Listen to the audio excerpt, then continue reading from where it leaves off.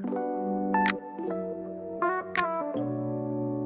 spending $1,000 on a smartphone just for people to ask you, wait, where did the battery go? Because that's exactly what happens to Apple's newest and most controversial iPhone yet, the iPhone 17 It's thinner than most iPhone Apple has ever made. Like, it's basically the most thinnest iPhone you can find. It's also light and much sleeker than many of the iPhones out there, and it still feels like it's something from the future. But there is one problem. To make the thinnest iPhone ever, Apple has to make some compromises. And those compromises can actually depend whether this phone is genuinely a genius or it's not. So today we're taking a deep dive into the iPhone 17 Air to ask one question. Is the iPhone 17 Air the future of smartphone, or is this just another phone you should run from?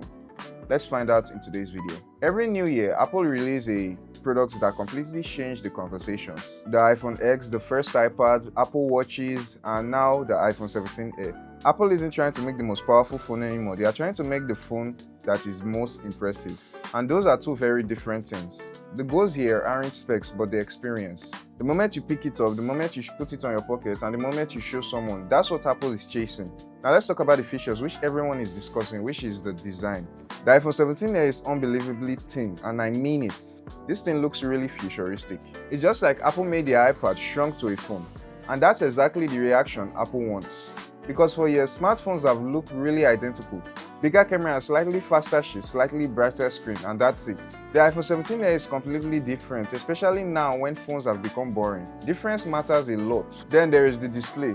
Apple is expected to bring a high refresh rate OLED panel to the Air. And honestly, this could be one of the best displays Apple has ever shipped. Scrolling feels smooth, videos pop out with vibrant color, and animation feels really good. And because the bezels are so small, the phone feels incredibly modern.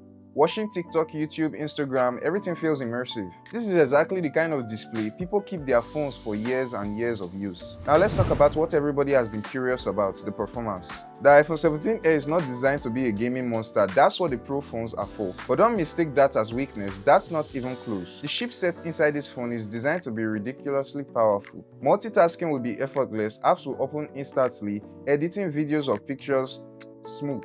For 99% of people, this phone will feel incredibly fast for years. And that's the beauty of modern smartphones. We're already at the point that most smartphones nowadays are faster than what people actually need. Okay, now here's where things really get interesting. The cameras. To achieve that thin design, Apple had to make some pretty, let's just call it sacrifices. Meaning the camera setups may not be as advanced as the Pro models. And honestly, that's okay because most people are not mobile photographers or videographers. Most people want good selfies and good social media photos, and also reliable videos to post on their social media. Apple has already mastered those things. The iPhone 17 may not have the most biggest zoom lens or the most advanced camera setup, but it's still good in my opinion. Apple's software usually makes up for a lot. And for everyday users, the difference may barely even matter. Now let's talk about the elephant in the room.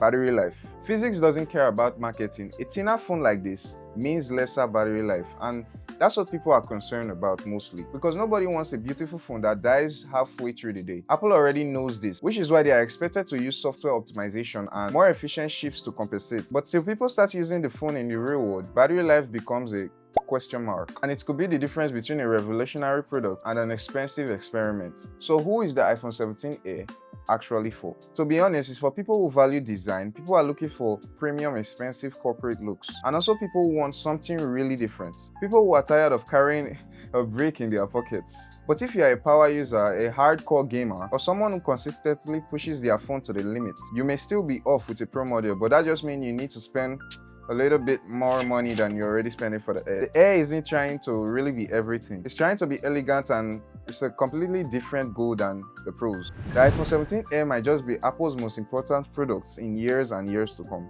Not because it's the most powerful, not because it has the best cameras, but because it's trying something new. In a smartphone market that's filled with boring upgrades, the iPhone 17 Air is exceptional. And honestly, that's something we haven't been seeing in most phones lately. The only question is, did Apple try to manage style and practicality? Because if they did, the iPhone 17 Air might become the phone that everybody wants. And if they didn't, it might just be the phone that everybody remembers for the wrong reasons. But what do you think? Is the iPhone 17 Air the future, or is just another hype? Let me know down in the comments below. And that's it for this video. Swift out.